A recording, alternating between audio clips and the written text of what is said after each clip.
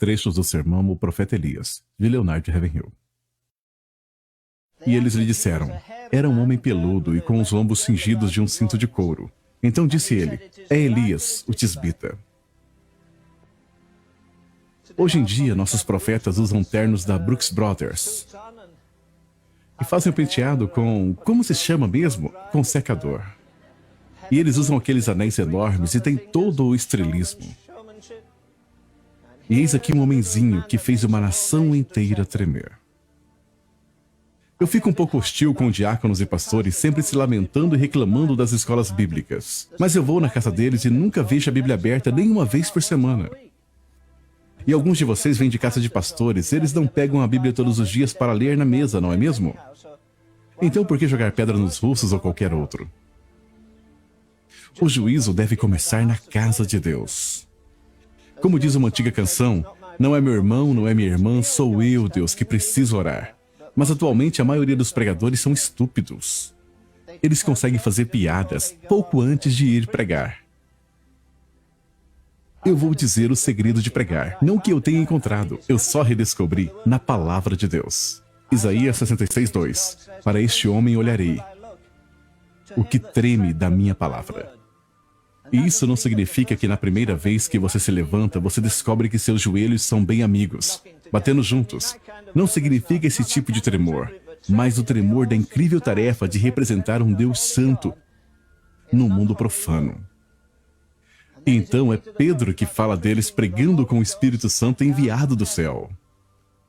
Jesus era o Filho de Deus desde o momento em que ele deixou o ventre de sua mãe, mas ele não pregou antes de ser ungido. Ele se levantou e leu as Escrituras quando ele tinha 12 anos de idade na sinagoga, mas ele nunca pregou. Mas como esses caras ousam pregar só porque tem um pedaço de papel pregado na parede, com mais ou menos 10 por 18 polegadas de tamanho, dizendo que eles foram ordenados? Não há nenhum homem na terra que pode ordenar a outro homem para o ministério. Só há uma ordenação. As pessoas dizem às vezes, sabe, aqueles homens no cenáculo não foram ordenados. Mas é aí que você se engana. Eles foram ordenados sim. Porque Jesus diz em João 15:16, eu vos ordenei. Essa é a única ordenação, a ordenação das mãos furadas. Não a ordenação das mãos bem cuidadas, de unhas bem feitas, de um bispo ou outro qualquer.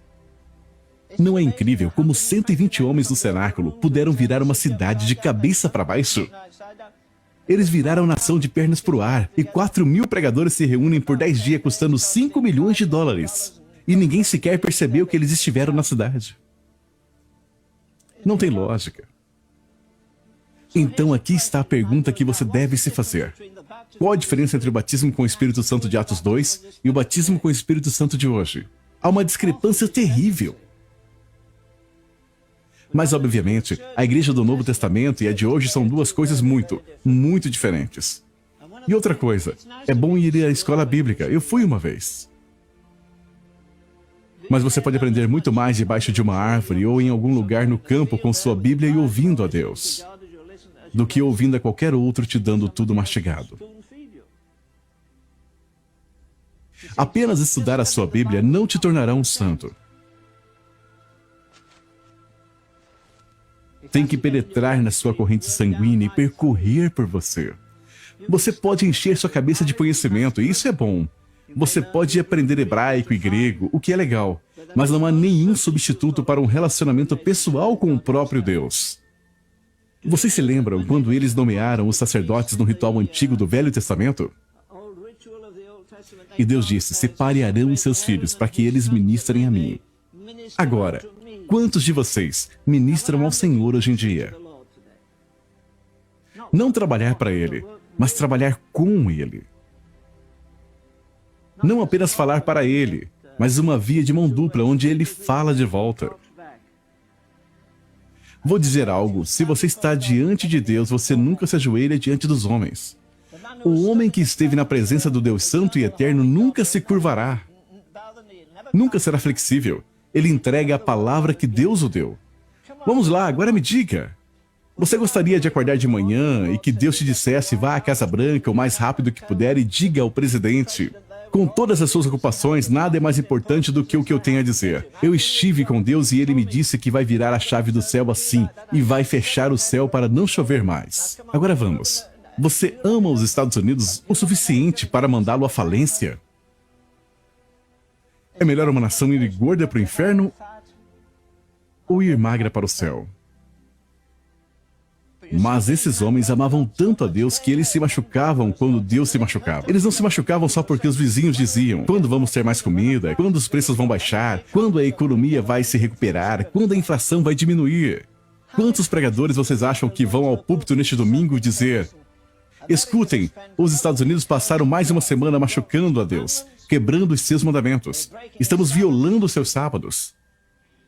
Estamos legalizando o aborto, estamos legalizando o homossexualismo. Estamos do lado do diabo. Você não se tornaria o homem do ano. Antes que você terminasse, os diáconos te fariam sair pela porta da frente. E a glória de Deus desceu. E numa noite ele disse: quantos de vocês creem que o Espírito Santo ainda é o mesmo? E que ele virá sobre as pessoas e quebrantará os corações? Venha até a frente. Milhares de pessoas foram até a frente. E ele diz: eu comecei a impor mãos e todos eles caíram no chão, mas eu nunca disse para eles fazerem isso.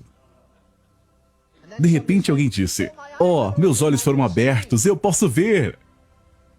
Oh, meus ouvidos foram abertos, eu posso ouvir. Oh, minha perna aleijada, eu posso senti-la. E eles começaram a pular e saltar, louvando ao Senhor. Sabe, não se faz isso em um culto decente. Só se faz isso em um culto indecente.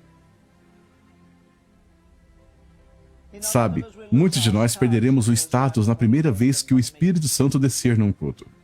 Todos nós abandonaremos nossas críticas negativas também. Não é incrível como muitos pregadores acreditam na Bíblia de capa a capa até que realmente venha um miraculoso? Mas cristianismo que não é sobrenatural é superficial. Você não pode separar o sobrenatural deste santo e magnífico Deus que nós temos. Acho que uma coisa que me impressiona é como nossa memória é curta. Todos nós. Quão rapidamente esquecemos as misericórdias de Deus. Quão rápido esquecemos os juízos de Deus. Você pode levantar todas as estatísticas, mas em nome de Deus, por que não paramos de olhar para as dificuldades e não olhamos para Deus? Então eis aqui um homem, ele orou e o fogo caiu, ele orou e o povo caiu, ele orou e a chuva caiu. Você gostaria que ele fosse diácono na sua igreja? Sabe, nós temos muitos Acabes hoje em dia, mas pouquíssimos Elias. Talvez devêssemos mudar a pergunta, não, onde está o Deus de Elias? Mas sim, onde estão os Elias de Deus? Você acha que está preparado? Seja você um professor aqui ou um aluno para ouvir a voz de Deus dizer: escute, eu quero que você saia e encontre uma caverna e fique lá 3 anos e meio até ouvir a minha voz. E em seguida você vem e se levanta diante de reis e governadores. Eu digo isso com todo respeito. Sabe, não é muito difícil fazer gravações e agitar as pessoas. Não é muito difícil escrever livros. Eu escrevo livros. Mas me diga, onde estão os homens que podem fazer cair fogo do céu hoje em dia? Qualquer um pode comprar nossas gravações. Quase todo dia as pessoas me perguntam: você está escrevendo outro livro? Você vai escrever algum livro sobre o trono do julgamento? Algum livro sobre adoração? Não precisa de muita coragem moral para sentar numa cadeira giratória, pegar minha Bíblia e anotar algumas referências e encontrar um monte de coisas acumuladas aqui na minha mente. Mas se eu encontrar Acabe pelo caminho? Aí um cara vai e deixa o machado voar, mas tem muita gente e ele não quer que ninguém perceba. Então ele tem que cortar a árvore com um cabo. Você acha ridículo, mas é isso que alguns de nós estamos fazendo. Você está tentando cortar a árvore com um cabo, apenas com o conhecimento da palavra de Deus. E não com unção. Onde você perdeu aquela unção e ternura que você tinha alguns anos atrás? De jeito nenhum. Você abandonou. Todo pregador aborda esse versículo do jeito errado. Você perdeu o primeiro amor. Não é isso que a Bíblia diz. Ela diz, você abandonou o primeiro amor. Onde você pode recuperar aquela ternura, aquela intimidade que você tinha com Deus? Onde você fez uma escolha? Talvez você começou a flertar com uma namorada e negligenciou o estudo da Bíblia e da oração. Ou foi jogar handball ou qualquer outra coisa. Handball é pecado? Sim, é pecado se você amar isso mais do que Deus. Agora, não é suficiente confessar.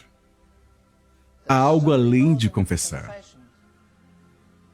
Que precisa ser não só arrependimento, que precisa ser, quando for possível, claro, nem sempre é possível, mas deve haver restituição. Sabe, você pode perder a acessibilidade com Deus mesmo na escola bíblica. Eu creio que metade dos motivos de não termos avivamento é por não reconstruirmos nossos altares, não reparamos. Você ainda assim tem que voltar diante de Deus em humilhação e lágrimas e reparar o altar que foi derrubado. Aqueles votos que você fez e não cumpriu. Talvez você fez algo do tipo, semana passada eu vou orar pelo menos 1 hora por dia. Eu vou estudar a Bíblia pelo menos 1 hora além das minhas atividades da escola. Eu vou dar mais do meu dinheiro, ou algo do tipo. Qualquer voto que você tenha feito, qualquer voto que eu tenha feito, devemos reparar o altar. Eu creio que é um segredo, reparar o altar que foi derrubado. Sabe, um dia de avivamento do Espírito Santo será melhor para todos nós do que 10 anos de escola bíblica. Quando o fogo cai, você não fica apenas ali confessando, mas nos prostramos diante de Deus. O povo diz, bem, isso não vai acontecer. Reconstrua o altar novamente. Que altar? Veja, apenas confessar não é suficiente. Hoje em dia, as 2 palavras menos populares do evangelismo, a primeira é arrependimento, mas a menos popular mesmo é restituição. Agora veja, se você colocou aquela moça em apuros e a abandonou, volte lá e dê algum dinheiro a ela e lhe tire dos apuros. Se você roubou algum dinheiro do seu chefe, vá e lhe restitua. Se você fez algum voto com Deus, eu vou orar hoje, algumas horas ou minutos, e não cumpriu, você não pode enganar a Deus. Você está enganando a si mesmo. Não diga, não estou crescendo em graça. Eu não pareço estar crescendo ou ficando mais forte. E por que você deveria estar? Mas a pomba não come nada morto, nada imundo. Ela nem sequer coloca seus pezinhos nisto.